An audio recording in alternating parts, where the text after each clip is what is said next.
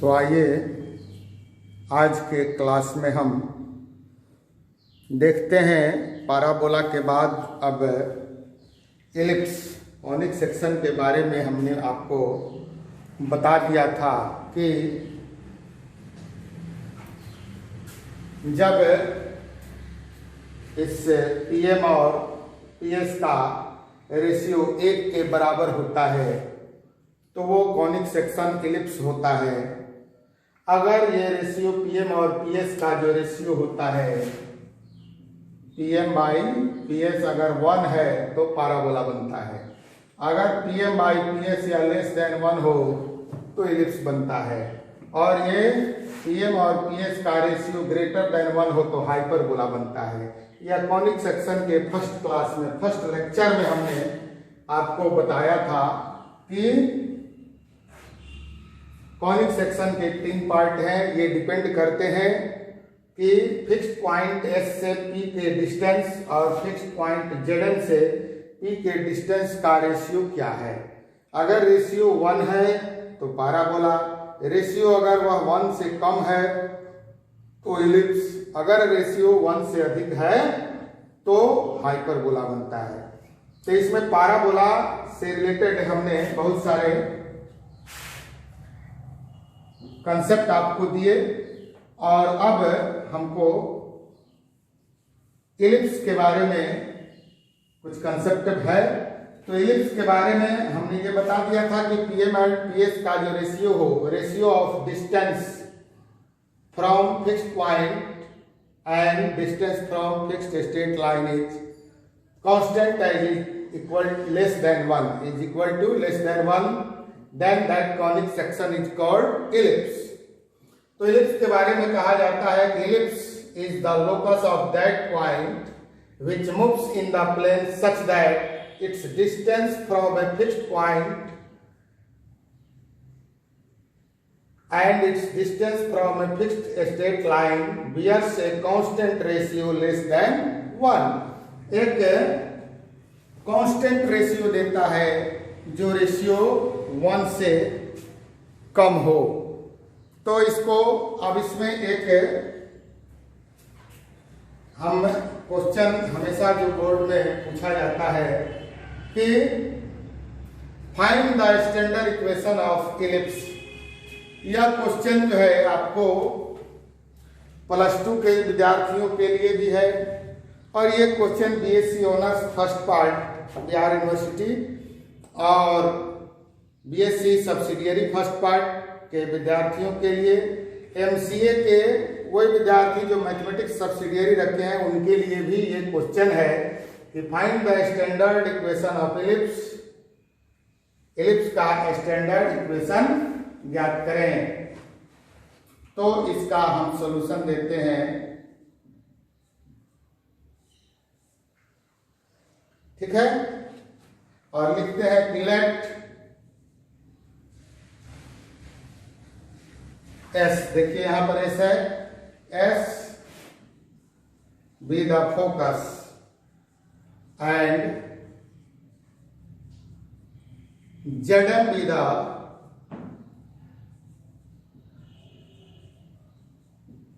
Directrix. अब देखिए focus S focus है और ZM डायरेक्ट्रिक्स है ना। अब जो है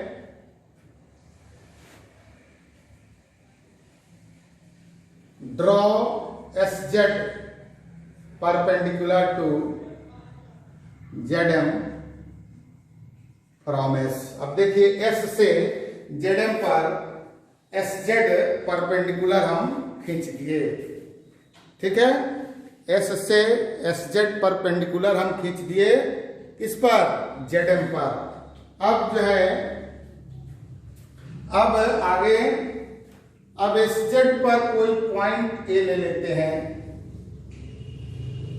है ना। Take a point A on SZ। Take a point A on SZ such that, इस प्रकार लीजिए कि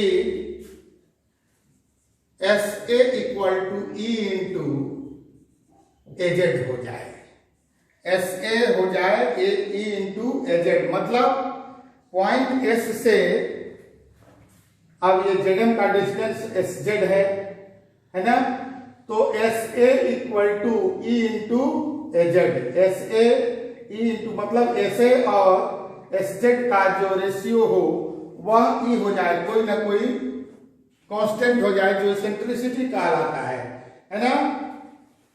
यहां पर इसको लिख देंगे कि वेयर ई इज इसेंट्रिसिटी, ये सभी आप जानते हैं कि ई को हम लोग इसेंट्रिसिटी कहते हैं, है ना। और यहां पर इलिप्स के डिफिनीशन से here E less than one, ellipse का डिफिनीशन कहता है कि ई लेस देन वन है ना। Now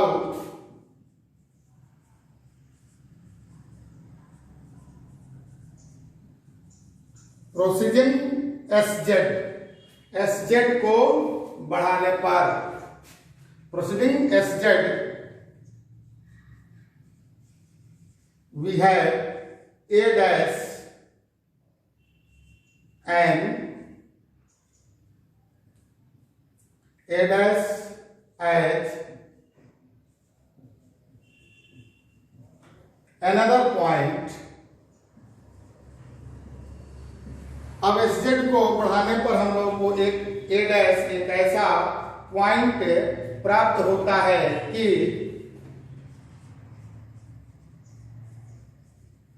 such that S A dash equal to E into A dash Z, इसको इक्वेशन 1 कर दो और इसको इक्वेशन 2 कर दो। जैसा कि यहां पर काम किए उसी तरीके से एस जेड को बढ़ा दिए तो वहां पर एक ए डैश पॉइंट मिला, यह पॉइंट ए डैश यहां पर है, देखिए यह पॉइंट ए डैश यहां पर होगा, तो ए डैश एक ऐसा पॉइंट मिला कि E S A dash equal to E into A dash Z, है ना। ठीक है, अब इलिप्स के डिफिनीशन से by definition of ellipse, A and A dash will be on the ellipse. अब देखते हैं कि इलिप्स के डिफिनीशन से ये ए डैश और ए दोनों ही इलिप्स पर होंगे, है ना, इलिप्स पर होंगे। अब इलिप्स के डिफिनीशन से हमने ये देखा कि ए और ए डैश दोनों इलिप्स पर होंगे और हम मान लेते हैं कि ए और ए डैश के बीच का जो डिस्टेंस है वह कुछ है, तो ये मान लीजिए। Late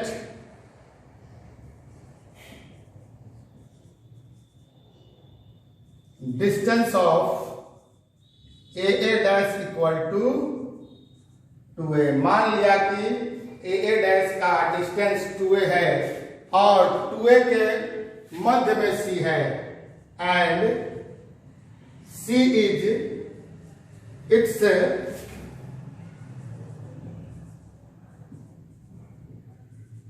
mid point. अब c उसका क्या है, मिड पॉइंट है, मध्य बिंदु है, तो c ए और ए डैश के बीच में ca हो गया मिड पॉइंट, तो ca equal to C A dash तो होगा ना।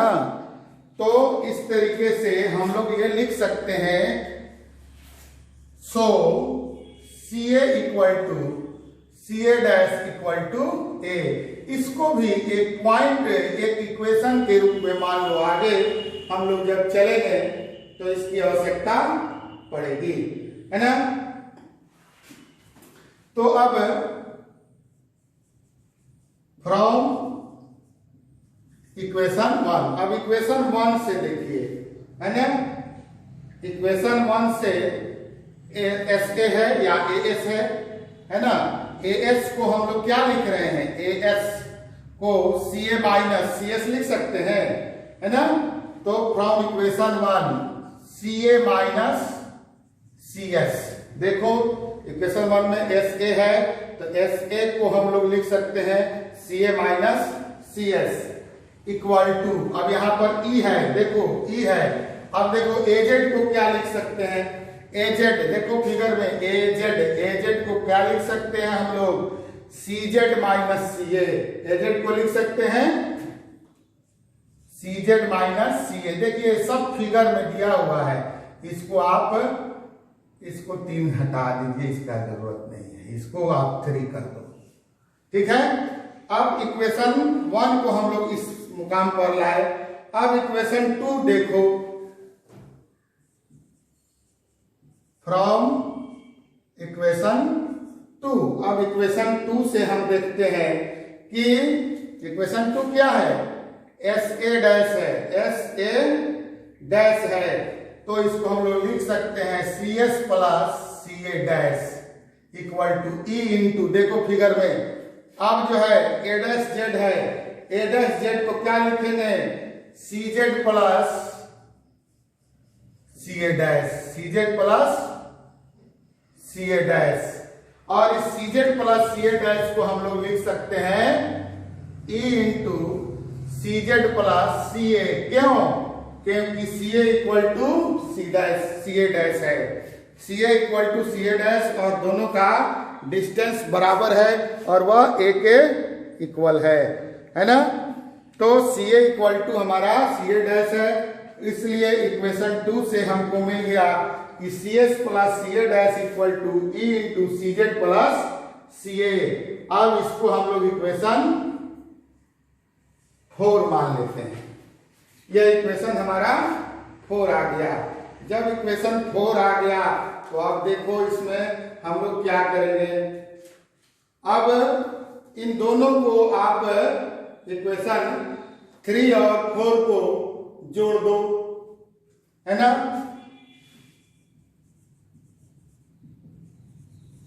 एडिंग 3 एंड 4, इक्वेशन 3 और 4 को जोड़ो, तो इक्वेशन 3 और 4 को जब हम जोड़ेंगे तो क्या आएगा, सी ए प्लस सी एस है, यहाँ C S plus C A dash है, तो C S minus C S plus cut जाएगा तो क्या हो जाएगा, C A plus C A dash equal to, अब यहां पर जोड़ेंगे तो ई रहने दीजिए, सी जेड माइनस सी ए है, सी जेड प्लस सी ए, तो सी ए कट जाएगा, तो ई इंटू ये क्या बचेगा, सी ई इंटू 2 सी जेड, ई इंटू 2 सी जेड, देखिए ई इंटू 2 सी जेड, है ना।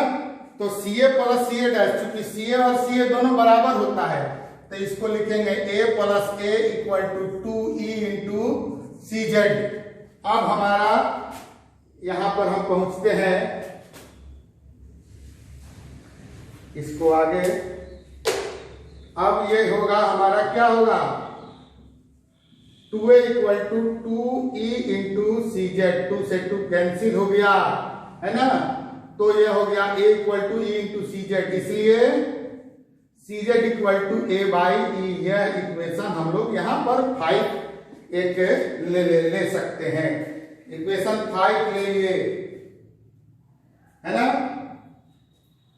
तो अब देखिए इसका हम आगे कैलकुलेट करते जाएंगे, या a equal to E into C Z भी रख सकते हैं, a equal to E into C Z, ये दोनों इक्वेशन 5 के रूप में हम यहाँ रखें। अब यहाँ पर दोनों को हम ऐड किए हैं, है ना, देखो यहाँ 2 और 3 को ऐड किए हैं, 3 और 4 को ऐड किए हैं, 3 एंड 4 को ऐड किए हैं, जो 1 और 2 से 1 से 3 आया है और 2 से 4 आया है, दोनों को ऐड किए हैं।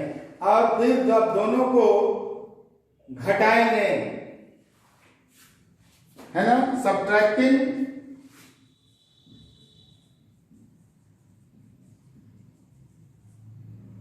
3 एंड 4, 3 में से 3 और 4 को जब घटाते हैं, 3 में से जब 4 को घटाते हैं तो देखो क्या मिल जाएगा, या 4 में से 3 को घटाते हैं या 3 में से 4 को घटाते हैं तो रिजल्ट सेम आएगा, माइनस दोनों तरफ आएगा और वो फिर कट जाएगा, कैंसिल हो जाएगा। तो क्या हो जाएगा, 2CS equal to 2E into CA, 2CS equal to 2E into CA। तो ये क्या CS, 2CS इक्वल टू, तो 2 से 2 कैंसिल हो गया, तो CS equal to E into CA का वैल्यू क्या है A, इसको हम लोग कर दें इक्वेशन 6। ठीक है, अब इसको जब सॉल्व करके हम लोग यहां तक लाए तो ये दोनों को हम इक्वेशन मान लेते हैं। अब देखो, अब हम इस पर आगे बढ़ते हैं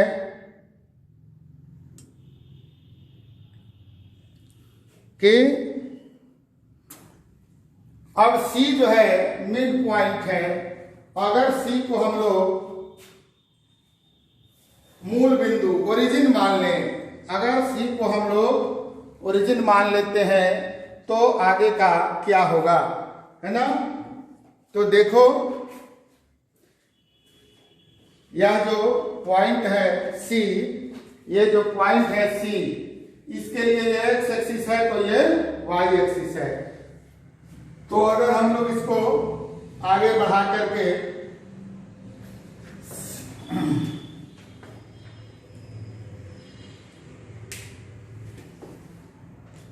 इफ हम यहां लिखते हैं कि इफ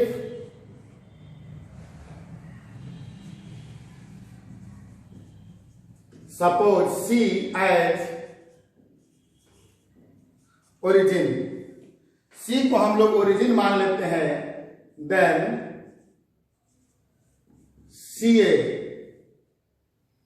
CA या CA डैश कुछ भी एक कर दीजिए, CA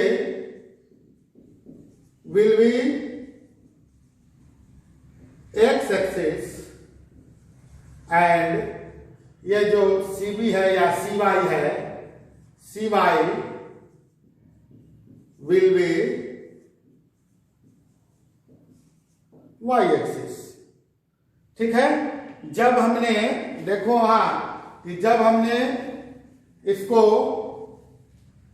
C को ओरिजिन मान लिया, जब हमने C को ओरिजिन मान लिया तो CA पर जो लंब है CY, CA पर जो लंब है CY या CB है ना, CY या CB भी कह सकते हैं, वो हमारा क्या हो जाएगा, y एक्सिस हो जाएगा। जब ये y एक्सिस हो जाएगा, है ना, तो s का कोऑर्डिनेट खोलो, सो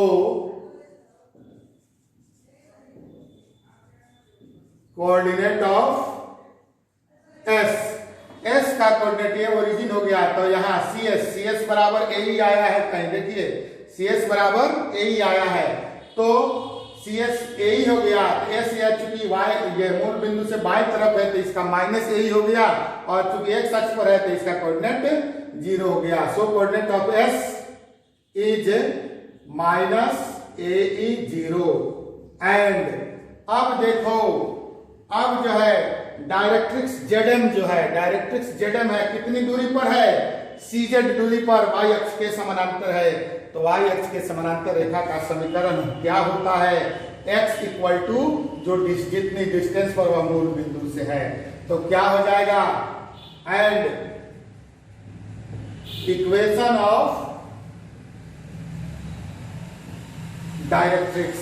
तो इक्वेशन ऑफ डायरेक्ट्रिक्स हमारा क्या होगा, तो डायरेक्ट्रिक्स का इक्वेशन क्या हो जाएगा, x इक्वल टू CZ, और CZ का वैल्यू देखो का कितना आया है, CZ equal to A by E। देखो इक्वेशन 5 में यहां पहले ही लिखे थे हम। तो अब डायरेक्ट्रिक्स का इक्वेशन और S का कोऑर्डिनेट हमारा निकल गया। डायरेक्ट्रिक्स का और S का कोऑर्डिनेट जब हमारा निकल जाए तो अब क्या करते हैं, मान लेते हैं कि इस पर कोई बिंदु P है। Let Pxy be any point on the ellipse. Let Pxy be any point on the ellipse। अब हम मान लेते हैं कि एलिप्स पर कोई पॉइंट P है ना, एलिप्स पर कोई पॉइंट P हमने ले लिया। तो अब P से S का दूरी Pxy be any point on the ellipse, P से इसका दूरी, इसलिए PS इक्वल टू क्या होगा,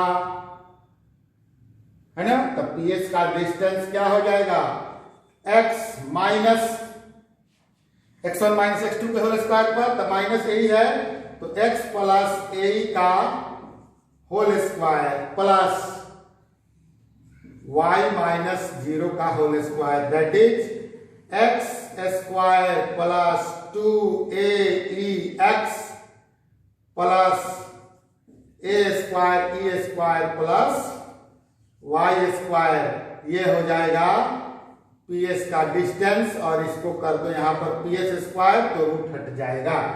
अब हम लोग PS का डिस्टेंस निकाल लिए। अब जब PS का डिस्टेंस निकाल देंगे तो अब क्या हो जाएगा, अब देखो ZM पर PM लंब डाल दिए, है ना। अब हम लोग इसको आगे देखते हैं। अब थोड़ा इसको मिटाना पड़ेगा, अब आगे मिटाते हैं।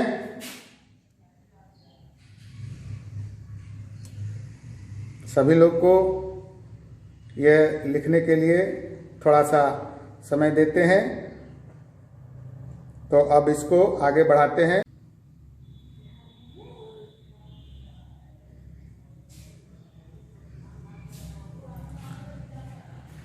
अब देखिए, तो हम लोग P से अब एक परपेंडिकुलर M पर डालते हैं। Draw PM perpendicular to ZM and PM perpendicular to AA dash.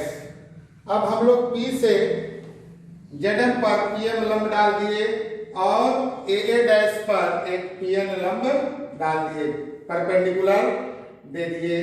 तो ZM यह जो है PM जो है किसके बराबर है, इसलिए यहां देखो सब यही चीज पैराबोला में भी इस तरीके का केस आया था, PM ZN के बराबर है, PM इक्वल टू ZN। और ZN को हम लोग क्या लिख सकते हैं, अब यह चूंकि हमारा C ओरिजिन है, तो ये P का पॉइंट XY है, तो C से N का डिस्टेंस हो गया X और ये डिस्टेंस हो जाएगा Y। तो CN प्लस CZ हम लोग लिख सकते हैं, ZN को CN प्लस CZ लिख सकते हैं, है ना। तो क्या हो जाएगा, इक्वल टू ZN को हम लोग लिख सकते हैं ZN को CN प्लस CZ, चाहे CZ प्लस CN। यह जो है PM का डिस्टेंस हो गया हमारा, PM का डिस्टेंस निकल जाएगा। तो अब आगे क्या करेंगे, ठीक है, तो PM स्क्वायर कर दो, PM स्क्वायर क्योंकि वहां PS स्क्वायर निकाल दिए हैं, तो PM स्क्वायर कर दो, तो यह क्या हो जाएगा CZ प्लस CN का होल स्क्वायर। तो CZ का वैल्यू कितना आया है, देखो कहीं निकला है हम लोग का CZ का वैल्यू A बाई E है, तो A बाई E या प्लस CN का वैल्यू X है, A बाई E का होल स्क्वायर। तो यह हो जाएगा कितना, A plus X by E का होल स्क्वायर, तो यह हो जाएगा A स्क्वायर प्लस 2, यह हो जाएगा A plus EX by E का होल स्क्वायर, तो यह हो जाएगा A square plus 2AEX plus E square X square by E square. हम लोग ने PS स्क्वायर निकाला वहां, अब हम लोग PM का दूरी ZN के बराबर कर दिए, तो हम लोग निकाल दिए यहां पर PM स्क्वायर। क्योंकि मेन हमारा काम है कि डायरेक्ट्रिक्स से उसकी दूरी और फोकस से उसकी दूरी, यही फोकस है एस, है ना। फोकस से इसकी दूरी और जेडएम से इसकी दूरी का जो डिस्टेंस है और जो रेशियो है वह रेशियो कांस्टेंट होना चाहिए और वह 1 से लेस होना चाहिए, 1 से कम होना चाहिए। तो मेन खेल है हमारा पीएम और पीएस का। तो हमने पीएस स्क्वायर निकाल दिया, फिर पीएम स्क्वायर निकाल दिया। तो अब हम लोग क्या देखेंगे कि definition of ellipse. Now by definition of ellipse. Now by definition of ellipse. ellipse की परिभाषा से, तो ellipse की परिभाषा से हमारा क्या होता है, SP या PS equal to E into PM, या इसी को हम लोग अगर दोनों तरफ स्क्वायर करेंगे तो क्या हो जाएगा, SP square equal to E square into PM square. तो आप देखो बेटा, ये PS स्क्वायर यानी SP स्क्वायर का डिस्टेंस कितना आया है, x square plus 2AEX plus A square E square plus Y square equal to, अब ये E स्क्वायर है और देखो यहाँ PM स्क्वायर का डिस्टेंस कितना आया, पीएम स्क्वायर का आया है A square plus 2AEX plus E square X square by, अब ये E स्क्वायर से ये E स्क्वायर हमारा कैंसिल हो गया।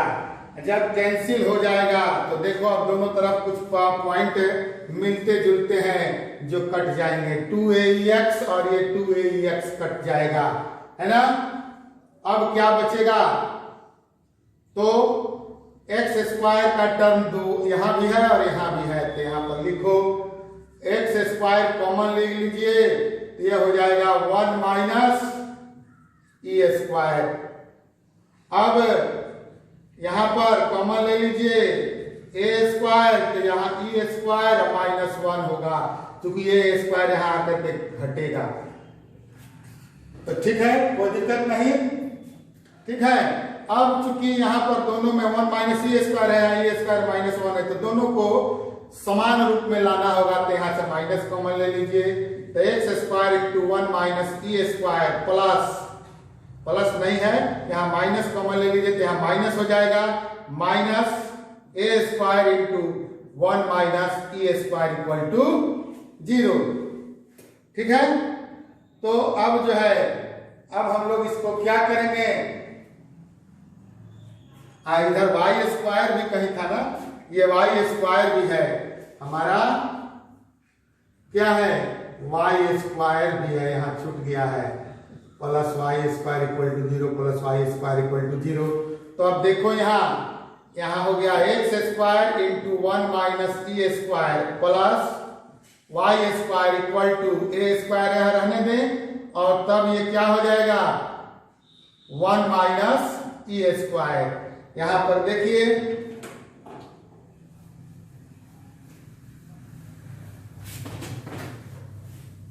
अब देखिए फिगर के हिसाब से अब हम लोग पीएम और पीएस का रेशियो लेकर के चले। पीएम और पीएस का जो रेशियो होगा वह कांस्टेंट होगा और 1 से कम होगा। तो अब हम यहां पर A square into 1 minus E square से दोनों तरफ भाग ले देते हैं, है ना। तो क्या हो जाएगा, X square into 1 minus E square by A square into 1 minus E square plus y square बटा A square into 1 minus E square equal to, अब यहाँ हो जाएगा, तो ये हो गया, इससे ये कट गया, तो यहाँ पर हमारे पास आया X square by A square और plus y square by A square into 1 minus E square equal to 1। यही इलिप्स का इक्वेशन हो गया। इसको थोड़ा सा हम लोग रिफाइन अगर कर देते हैं तो इसको हम लोग ऐसे लिख सकते हैं, X square by A square plus y square by B square equal to 1। यह जो है हमारा इलिप्स का इक्वेशन हो गया, which is standard equation of ellipse. यह जो है इलिप्स का स्टैंडर्ड इक्वेशन है। तो यहां हमने A square into 1 minus E square के लिए बी स्क्वायर मान लिया है ना, where A square into 1 minus E square equal to B square, यह हम लोग मान लिए हैं से, मैंने ऐसा हमने मान लिया है। ठीक है, तो यह स्टैंडर्ड इक्वेशन हो गया हमारा पैराबोला का, इलिप्स का। It is standard equation of ellipse. तो अब हमने देखा कि equation standard equation of ellipse हो गया X square by A square plus Y square by B square equal to 1। तो यहां पर हमने फिगर भी दिया है और फिगर को डिराइव करते हुए हम आगे बढ़े हैं। तो अब इसमें हम देखते हैं कि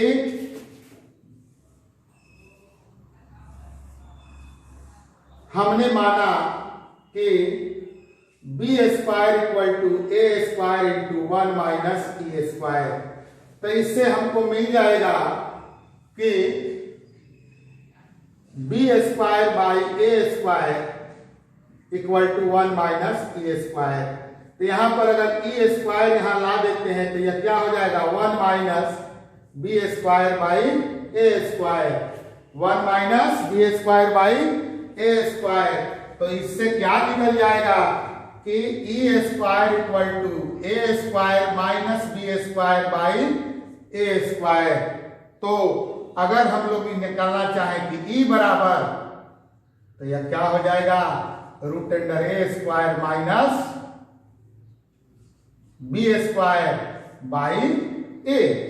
तो ऐसे हम लोगों को इससे मिल गया क्या कि दिस इज इसेंट्रिसिटी। अगर ये फॉर्मूला हमारे पास रहे, इस रूप में इलिप्स का इक्वेशन रहे, तो यहां पर यह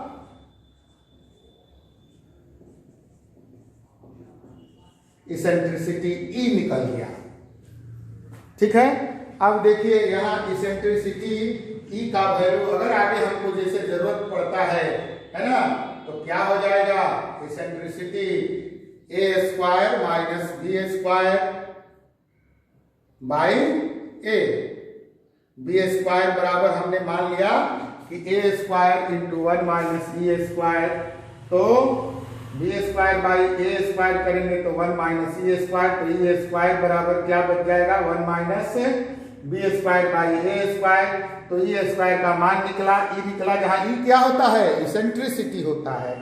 तो अब इसेंट्रिसिटी जब हमारा निकल गया और ए और बी क्या है, एक्स स्क्वायर के नीचे में ए स्क्वायर है और वाई स्क्वायर के नीचे में बी स्क्वायर है। ये दोनों ए और बी के जगह पर अगर इलिप्स का इक्वेशन दिया रहे, ए और बी का मान निकल जाएगा और ए और बी का जब मान निकल जाएगा तो हम लोग इसेंट्रिसिटी भी निकाल सकते हैं।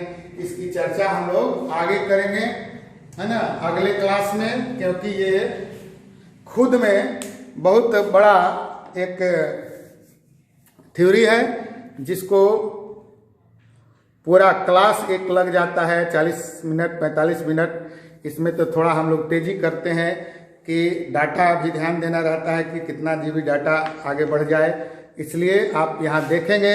आगे हमने आपको आगे के लिए भी एक रास्ता बता दिया कि standard equation of ellipse X square by A square plus Y square by B square है।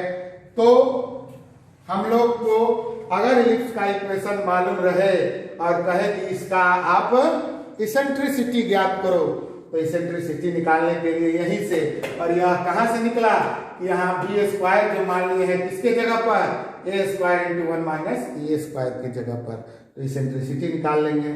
जब इसेंट्रिसिटी निकल जाएगा, है ना, एक्स के नीचे का मान ए स्क्वायर है, ए मालूम हो जाए, इसेंट्रिसिटी मालूम हो जाए, तो हम लोग आराम से बी भी निकाल सकते हैं। बी निकल जाए ए निकल जाए, इसेंट्रिसिटी निकल जाएगा। तो इसमें कोई क्वेश्चन में जो मान दिया रहेगा, है ना, तो इस फोकस का कोऑर्डिनेट हम लोग आसानी से निकाल लेंगे। फोकस का कोऑर्डिनेट क्या है, -AE0 है, तो ये यहाँ से निकल जाएगा, ए का मान यहाँ से निकल जाएगा, तो -AE0 हो गया। ठीक है, तो अगले क्लास में हम लोग अब इसमें और कुछ डिटेल्स करेंगे। इसमें जो आपको अगर कहीं कोई दिक्कत हुई हो तो आप हमको कमेंट्स में दे सकते हैं, और बहुत ज़्यादा प्रॉब्लम होगा तो आप अगर कमेंट्स में देंगे तो पुनः इसको हम दोबारा एक बार रिपीट भी कर देंगे, समझा देंगे, है ना, कोई दिक्कत नहीं होगी। आप लोग इसको देखें और प्रयास करें, अभ्यास करना होगा। बहुत बार बार हमने कहा कि मैथमेटिक्स एक ऐसा तलवार है जिसको अगर आप रख देंगे तो उसमें जंग लग जाएगा। तो हर 2 दिन पर, हर 3 दिन पर जो आपको जैसा आपका शेड्यूल बन पाए, जो भी आप मैथमेटिक्स में पढ़े हैं उसको आप रिवीजन करें। कहीं भी आप किसी भी कंपटीशन में आप जाते हो, कोई एग्जाम्स नजदीक आते हैं, तो उस समय आप रिवीजन करोगे। उससे बेहतर है कि आप एक टॉपिक को लो, उसको हर 2 दिन पर देखो, फिर दूसरे टॉपिक को तीसरे दिन देखो, तीसरे टॉपिक को फिर चौथे दिन अगला देखो। इस तरीके से हर एक टॉपिक जो आप पढ़ चुके हैं उस टॉपिक को हर 1-2 दिन के अंतराल पर रिवीजन करो, एक बार देखो। 10 किताबों को पढ़ने से अच्छा है कि एक ही किताब को 10 बार पढ़ा जाए।